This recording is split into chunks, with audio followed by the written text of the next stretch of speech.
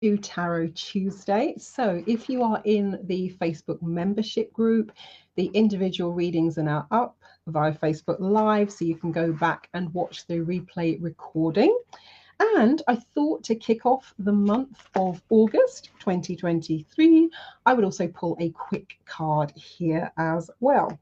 So let's give them a shuffle.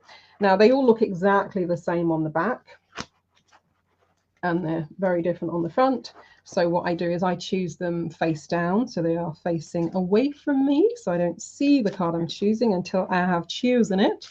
So let's give them a shuffle, get a different vibe and energy. And I'm just going to be thinking about what's a good card to kick off the month of August. And happy August. We used to do the pinch and a punch for the first of the month, and no return, and a kick and a pinch for being so quick. Right, so card for those of you here watching. We're going to go with that one there. What we got? Okay. So let me show you that first of all. So you got 5 of Raphael. So this one says, everything happens for a reason. Release regret and embrace the opportunities for happiness and search for the silver lining. So in this particular card, the main protagonist has a lot of stuff going on. Some really wonderful, it might be gifts, skills, insights, opportunities, characteristics. It can be any and all of those things. However, the main protagonist is still looking elsewhere, looking in a different direction. So what I mean by that, if you look on the floor, you've got all of those wonderful gift boxes. You've also got something that has not been unwrapped yet on the mantle, and the main protagonist is still looking in the other direction. And so it's almost as though who's that? David Essex. So I can hear the David Essex song, Every Cloud's Got a Silver Lining. But it's that whole thing that if you haven't yet, if you've been through something and it feels pointless and you haven't yet got the reason for that, so it just feels like, and I don't mean this in a patronizing kind of way, but it's like the oh poor me and the why me sort of energy, where it just almost seems pointless. It's like you're being dumped on from every single angle and direction, but nothing good has ever really come of it. You've just been going through the mill. If you're in that place, in that space, it can feel pretty awful. So if you have been through something, and this is more not when you're right in the thick of it, because oftentimes we're in the thick of it, you can't see. I hear my old economics teacher now saying, he used to say, you can't see the wood for the trees, and would do that when he said it. You can't see the wood for the trees when you're in it. However, if you know you've been through something in the last few months, even in the last few years, it might be 5-10 years ago, and you haven't yet really got the gist of what that was, because oftentimes, particularly let's say in a coaching or therapy scenario, people will be talking about what they've been through in their life, and I'll be saying, so what did you get from that? What did you get? What did you learn? What did that allow you to do? And sometimes if people haven't thought about it, they go, nothing, it was terrible, didn't you just hear what I said? And then I'll say, but yeah, when you think about it, and sometimes it's the creating of character, in that you would not be who you are today had you not had some of those experiences. Now, don't get me wrong, you might be, and quite rightly so, thinking your life would have been way better without them. But the fact is, they happened. Whatever you went through, you went through. So what did it get for you? What did it allow you to do? What did you learn? And sometimes when I was a relationship coach for the first 9 years I was in practice. When people came, particularly oftentimes, because where my journey started is I found out my then partner had had an affair. So I spent a lot of time working with people who are in a similar situation. It was devastating. And that was not the time to go, so what are the silver linings? But it was devastating. Their whole world was crushed, because if you've had plans with a particular person, you saw your life unfolding in a specific way, shape, or direction, and suddenly all of that gets smashed to smithereens. And it was the shock. If you didn't know what was going on, there don't appear to be any silver linings. By the time we got to the end of the breakthrough session, and sometimes that was just at the end of the day, so we'd have the start of the morning, it was devastation. By the early evening, it was like, whoa, wow. And people would often say, I would never have done this, or I would never have discovered this about myself had I not been through that. So that's the sort of thing I'm talking about. It could also be a very simple, and this is kind of almost veering into the magic and gratitude kind of vibe. It could be that you simply remind yourself to count your blessings. Now, in the, let's say, the magic and gratitude group, what we used to do, and it started with, it was a 28-day e-coaching program. So every day for 28 days, people would get a magic and gratitude practice. But there was something consistent about it every single day for that 28 days.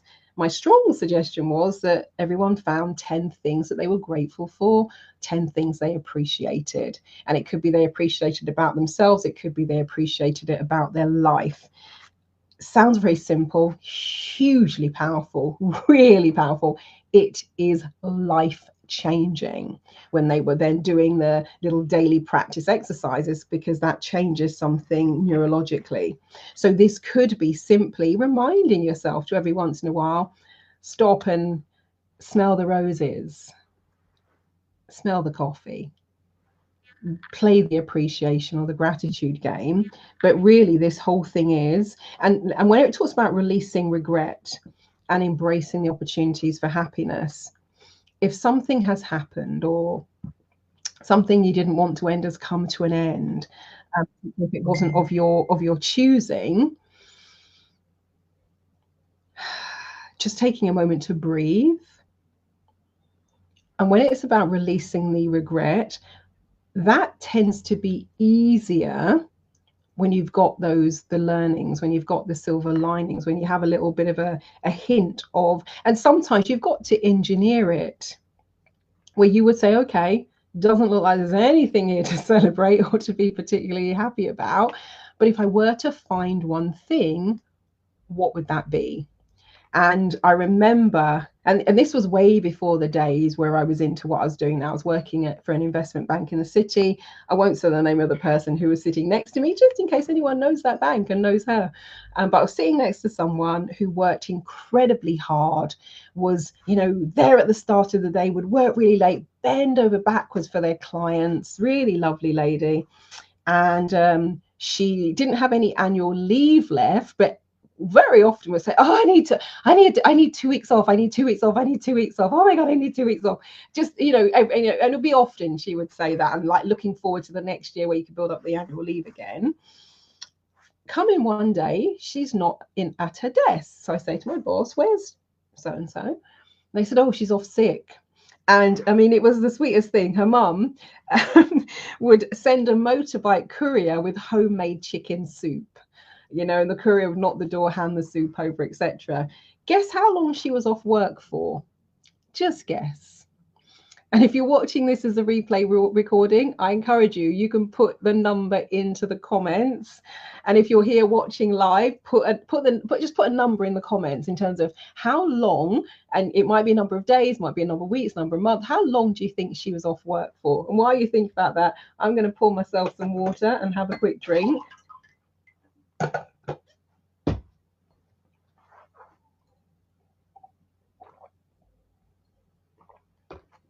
So if you've got a number in your head, what is it?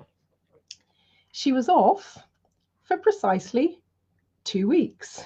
Now, so effectively had a bit of annual leave, however, didn't particularly enjoy it, because when you're laid out sick, that's not the best way to have your 2 weeks off.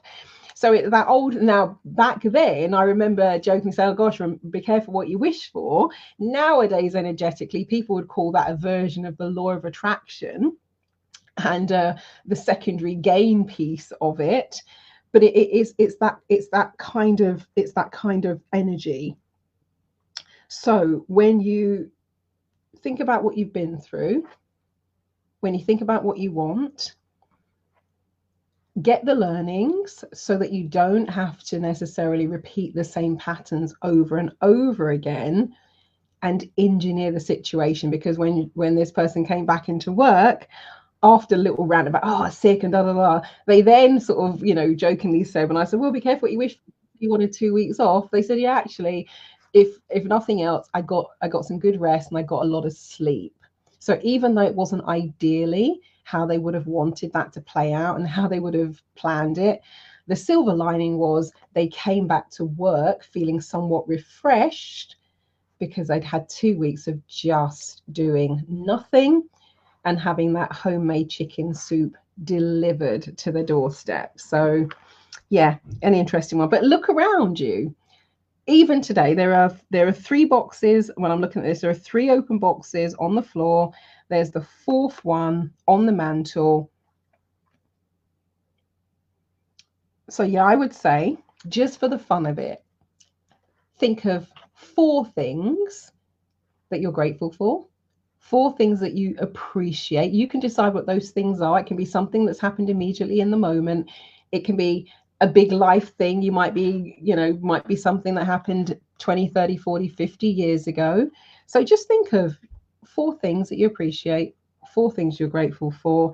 And if there's something that you've been through that did seem pointless, ask yourself what potentially is part of the silver lining of that. So for example, I love photo reading, all the stuff to do with the mind and the brain. I don't know if I would be a photo reading instructor had it not been for the early onset Alzheimer's diagnosis in my 20s, because that put me on a path that put me on a path to explore the mind. And because I was like, this can't be it. This cannot be my life. I'm 24, 25 years old, whatever it was.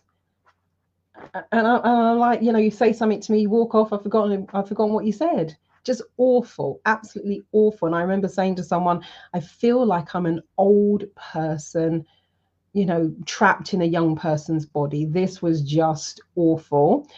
And so with that, this can't be it, that set me on a pathway to start researching and exploring. So I first started buying books about the brain. I remember buying a book that was written by a neuroscientist. I started reading about the ways that you can activate your brain. And so when the photo reading thing came through the door, I'll be honest, I wasn't totally open to the concept of photo reading, because when somebody talks about reading at 25,000 words per minute and getting through whole books in 5 minutes and then being able to remember and recall what you've read, that sounds outlandish. However, because of my interest in the brain, the crack of the door was at least open. So would I wish that on anyone? No, certainly not. Would I have liked to have had a different experience in my life? Yes, absolutely. But if I had to find a silver lining, discovering and being desperate enough to be open to the concept of photo reading was most certainly a silver lining that not only then benefited me, but for the hundreds, thousands of people that I've worked with, interacted with, trained and taught and certified over the years. So that's what I mean about the silver lining. So wishing you all a fabulous, amazing, wonderful month of August and beyond. Would be interested to hear what are the 4 things that you appreciate or that you are grateful for. Do let me know in the comments. That would be fabuloso. And yeah, here's to an abundant month full of wonderful gifts, GIFT, full of wonderful gifts, both from other people and the universe. I will catch you all later. Bye-bye.